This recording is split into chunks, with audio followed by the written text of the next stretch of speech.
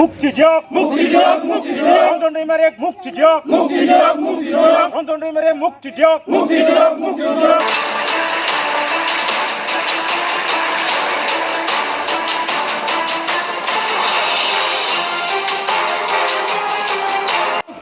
আমাক সংস্থাপন দিয়ক আমাক সংস্থাপন দিয়ক কাৰাগাৰত থকা সকলো সদস্যক শীঘ্ৰে মুক্তি দিয়ক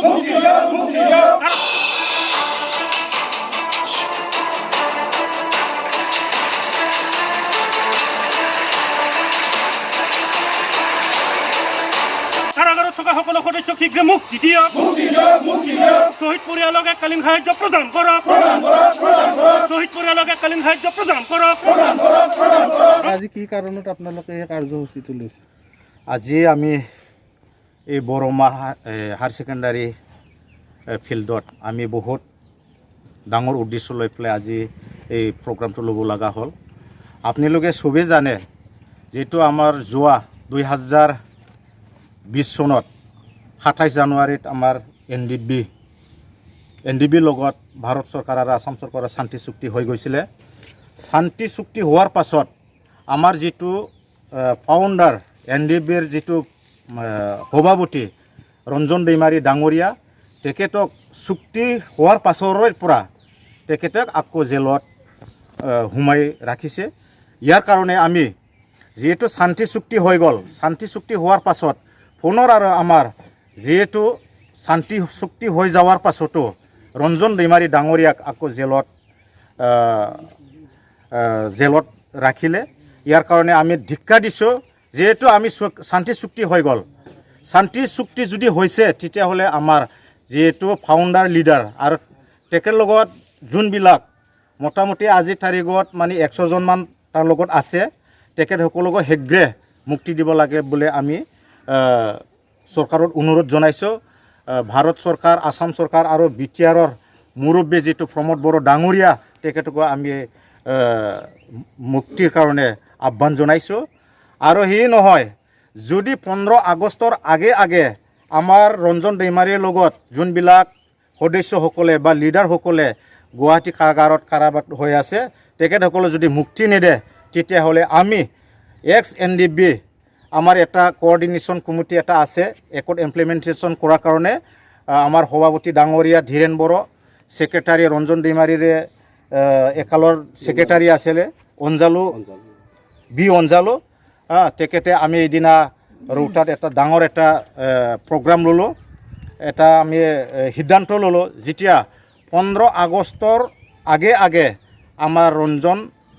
দৈমাৰী ডাঙৰীয়াক যদি মুক্তি নিদিয়ে তেতিয়াহ'লে আমি বিভিন্ন কাৰ্যসূচীৰে আমি আকৌ আন্দোলন কৰিব লগা বাধ্য হ'ব। এইটো আপোনালোকৰ নিউজ চেনেলৰ মাজতে আমি ৰাইজক বা চৰকাৰক আমি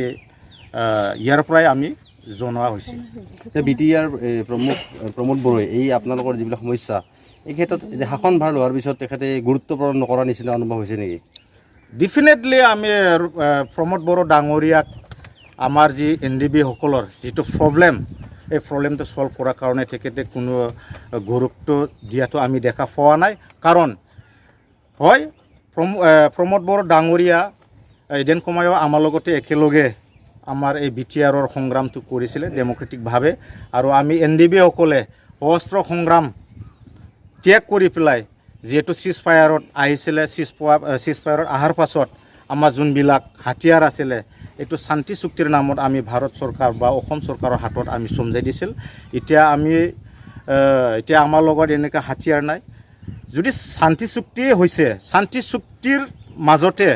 এই চুক্তিৰ আমাৰ কিছু দফা আছিলে, এই দফাবিলাক এনেকুৱা আছিলে এনডিবিসকলে যেতিয়া শান্তি চুক্তি হৈ ঘৰত আহে তাৰপিছত 2 মাহ বা 3 মাহৰ পাছতে তেখেতসকলক কি কৰিব লগা আছিলে, সংস্থাপন দিয়া কথা আছিলে। আৰু শ্বহীদ পৰিয়ালক এক্সক্ৰিয়েছ কাৰণে সিহঁতক মানে শ্বহীদ পৰিয়ালক সহায় কৰিব লাগে এইটো মানে লিখা আছিলে। আৰু আমাৰ কিছুমান ল'ৰাবিলাকক জব, চিভিল জবেই হওক বা ডিফেন্সতে হওক মানে তেখেতসকলে 3 মাহৰ পাছতে মানে সংস্থাপন দিয়া কথা আছিলে। কিন্তু আজি মোটামুটি আজি 1 বছৰৰ 1.5 বছৰ মানে উকলি গ'ল। আজি প্ৰমোদ বড়ো ডাঙৰীয়াও নিজে এই আমাৰ NDB সকলৰ বা আন্দোলনকাৰীসকলৰ কোনো প্ৰব্লেমৰ কাৰণে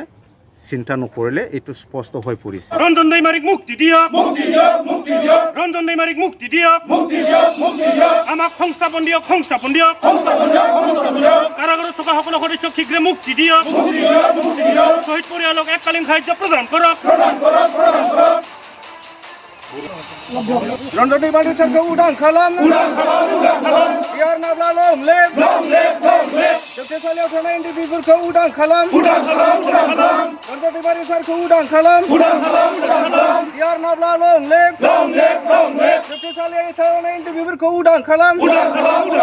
दैमारी लं लिब, আমাক সংস্থাপন দিয়ক, সংস্থাপন দিয়ক, কাৰাগাৰত থকা সকলো সদস্যক শীঘ্ৰে মুক্তি দিয়ক, কাৰাগাৰত থকা সকলো সদস্যক শীঘ্ৰে মুক্তি দিয়ক, শ্বহীদ পৰিয়ালক এককালীন সাহায্য প্ৰদান কৰক, শ্বহীদ পৰিয়ালক এককালীন সাহায্য প্ৰদান কৰক, ৰঞ্জন দৈমাৰীক মুক্তি দিয়ক, ৰঞ্জন দৈমাৰীক মুক্তি দিয়ক, Ranjan Daimary long live, Ranjan Daimary long live, আমাক সংস্থাপন দিয়ক, কাৰাগাৰত থকা সকলো সদস্যক শীঘ্ৰে মুক্তি দিয়ক, শ্বহীদ পৰিয়ালক এককালীন সাহায্য প্ৰদান কৰক। আজি কি কাৰণত আপোনালোকে এই কাৰ্যসূচীটো লৈছে? আজি আমি এই বৰমা হায়াৰ ছেকেণ্ডাৰী ফিল্ডত আমি বহুত ডাঙৰ উদ্দেশ্য লৈ পেলাই আজি এই প্ৰগ্ৰামটো ল'ব লগা হ'ল। আপোনালোকে চবেই জানে যিটো আমাৰ যোৱা 2020 চনত 27 জানুৱাৰীত আমাৰ NDB লগত ভাৰত চৰকাৰ আৰু আসাম চৰকাৰৰ শান্তি চুক্তি হৈ গৈছিলে। শান্তি চুক্তি হোৱাৰ পাছত আমাৰ যিটো ফাউণ্ডাৰ NDBৰ যিটো সভাপতি ৰঞ্জন দৈমাৰী ডাঙৰীয়া, তেখেতক চুক্তি হোৱাৰ পাছৰে পৰা তেখেতক আকৌ জেলত সোমাই ৰাখিছে। ইয়াৰ কাৰণে আমি যিহেতু শান্তি চুক্তি হৈ গ'ল, শান্তি চুক্তি হোৱাৰ পাছত পুনৰ আৰু আমাৰ যিহেতু শান্তি চুক্তি হৈ যোৱাৰ পাছতো ৰঞ্জন দৈমাৰী ডাঙৰীয়াক আকৌ জেলত ৰাখিলে। ইয়াৰ কাৰণে আমি ধিক্কাৰ দিছোঁ। যিহেতু আমি শান্তি চুক্তি হৈ গ'ল, শান্তি চুক্তি যদি হৈছে তেতিয়াহ'লে আমাৰ যিহেতু ফাউণ্ডাৰ লিডাৰ আৰু তেখেতৰ লগত যোনবিলাক মোটামুটি আজিৰ তাৰিখত মানে 100জনমান তাৰ লগত আছে, তেখেতসকলকো শীঘ্ৰে মুক্তি দিব লাগে বুলি আমি চৰকাৰত অনুৰোধ জনাইছোঁ। ভাৰত চৰকাৰ, আসাম চৰকাৰ আৰু BTRৰ মুৰব্বী যিটো প্ৰমোদ বড়ো ডাঙৰীয়া, তেখেতকো আমি মুক্তিৰ কাৰণে আহ্বান জনাইছোঁ। আৰু সি নহয়, যদি 15 আগষ্টৰ আগে আমাৰ ৰঞ্জন দৈমাৰীৰ লগত যোনবিলাক সদস্যসকলে বা লিডাৰসকলে গুৱাহাটী কাৰাগাৰত হৈ আছে, তেখেতসকলে যদি মুক্তি নিদিয়ে তেতিয়াহ'লে আমি NDB আমাৰ এটা কোঅৰ্ডিনেশ্যন কমিটি এটা আছে, একত ইমপ্লিমেণ্টেশ্যন কৰাৰ কাৰণে আমাৰ সভাপতি ডাঙৰীয়া ধীৰেন বড়ো, ছেক্ৰেটাৰী ৰঞ্জন দৈমাৰীৰে একালৰ ছেক্ৰেটাৰী আছিলে অঞ্জালু, তেখেতে আমি এদিনা ৰোটাত এটা ডাঙৰ এটা প্ৰগ্ৰাম ল'লোঁ, এটা আমি সিদ্ধান্ত ল'লোঁ, যেতিয়া 15 আগষ্টৰ আগে আমাৰ ৰঞ্জন দৈমাৰী ডাঙৰীয়াক যদি মুক্তি নিদিয়ে তেতিয়াহ'লে আমি বিভিন্ন কাৰ্যসূচীৰে আমি আকৌ আন্দোলন কৰিব লগা বাধ্য হ'ব। এইটো আপোনাৰ লগৰ নিউজ চেনেলৰ মাজতে আমি ৰাইজক বা চৰকাৰক আমি ইয়াৰ পৰাই আমি জনোৱা হৈছে। BTR প্ৰমোদ বড়োৱে এই আপোনালোকৰ যিবিলাক সমস্যা, এই ক্ষেত্ৰত শাসন ভাল হোৱাৰ পিছত তেখেতে গুৰুত্ব প্ৰদান নকৰাৰ নিচিনা অনুভৱ হৈছে নেকি? ডেফিনেটলি আমি প্ৰমোদ বড়ো ডাঙৰীয়াক আমাৰ যি NDB সকলৰ যিটো প্ৰব্লেম, এই প্ৰব্লেমটো ছল্ভ কৰাৰ কাৰণে তেখেতে কোনো গুৰুত্ব দিয়াটো আমি দেখা পোৱা নাই। কাৰণ হয়, প্ৰমোদ বড়ো ডাঙৰীয়া এদিন সময়ত আমাৰ লগতে একেলগে আমাৰ এই BTRৰ সংগ্ৰামটো কৰিছিলে ডেম'ক্ৰেটিকভাৱে, আৰু আমি NDB সকলে অস্ত্ৰ সংগ্ৰাম ত্যাগ কৰি পেলাই যিহেতু চিজফায়াৰত আহিছিলে, চিজফায়াৰত অহাৰ পাছত আমাৰ যোনবিলাক হাতিয়াৰ আছিলে এইটো শান্তি চুক্তিৰ নামত আমি ভাৰত চৰকাৰ বা অসম চৰকাৰৰ হাতত আমি চমজাই দিছিল। এতিয়া আমাৰ লগত এনেকুৱা হাতিয়াৰ নাই। যদি শান্তি চুক্তিয়ে হৈছে, শান্তি চুক্তিৰ মাজতে এই চুক্তিৰ আমাৰ কিছু দফা আছিলে, এই দফাবিলাক এনেকুৱা আছিলে, NDB সকলে যেতিয়া শান্তি চুক্তি হৈ ঘৰত আহে তাৰপিছত 2 মাহ বা 3 মাহৰ পাছতে তেখেতসকলক কি কৰিব লগা আছিলে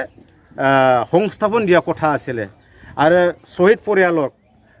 এক্সক্ৰিয়াছ কাৰণে সিহঁতক মানে শ্বহীদ পৰিয়ালক সহায় কৰিব লাগে এইটো মানে লিখা আছিলে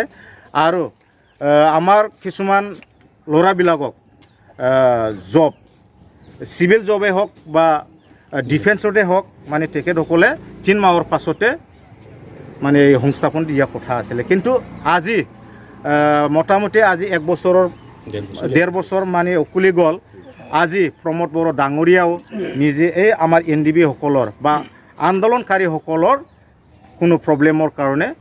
চিন্তা নকৰিলে এইটো স্পষ্ট হৈ পৰিছে ডেপুটি চিফ গোবিন্দ বসুমতাৰী আছে গোবিন্দ বসুমতাৰী ডাঙৰীয়াকো আমি ক'ব বিচাৰিছোঁ হয় এই একালৰ আমাৰে মানে NDBৰ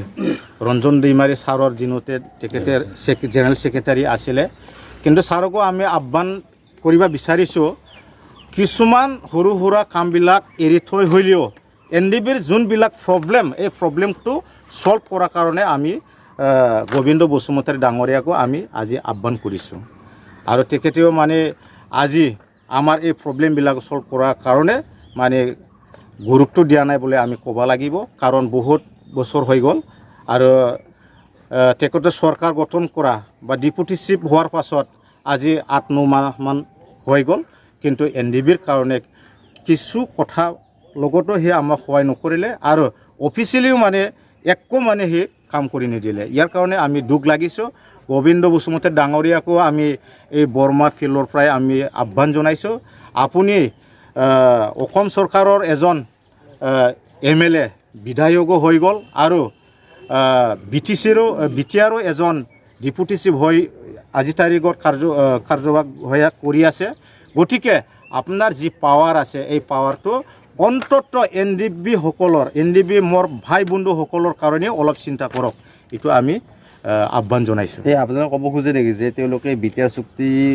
স্বাক্ষৰ কৰি পেলাই আচল সুবিধাটো তেওঁলোকে লোৱাৰ পিছত চব পাহৰি গ'ল নেকি এনেকৈ ক'ব খোজে ডেফিনেটলি এইটো আমি এইটো ক'ব লাগিব আজিও ক'ম কালিও ক'ম তেখেতক ৰাইজে আজি চেয়াৰত বহালে প্ৰমোদ বড়ো ডাঙৰীয়াকো হাগ্ৰামা মহিলা